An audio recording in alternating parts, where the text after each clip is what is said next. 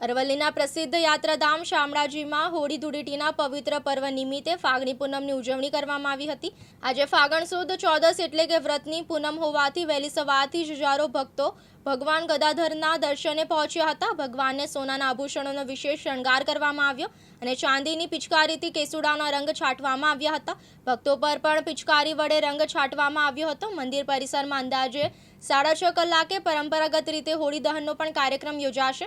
શામળાજીમાં 2 દિવસીય પૂનમનો ઉત્સવ ઉજવાઈ રહ્યો છે, જેમાં આજે વ્રતની પૂનમ અને આવતીકાલે દર્શનની પૂનમ છે। પૂજારી દ્વારા ભગવાનને અબીલ ગુલાલ અને કેસુડાના રંગોથી હોળી મનોરથ કરાવવામાં આવ્યો હતો। જોકે આવતીકાલે ફાગણ સુદ પૂર્ણિમાના દિવસે ચંદ્રગ્રહણ હોવાને કારણે મંદિરના નિયમિત દર્શનના સમયમાં મોટો ફેરફાર કરવામાં આવ્યો છે।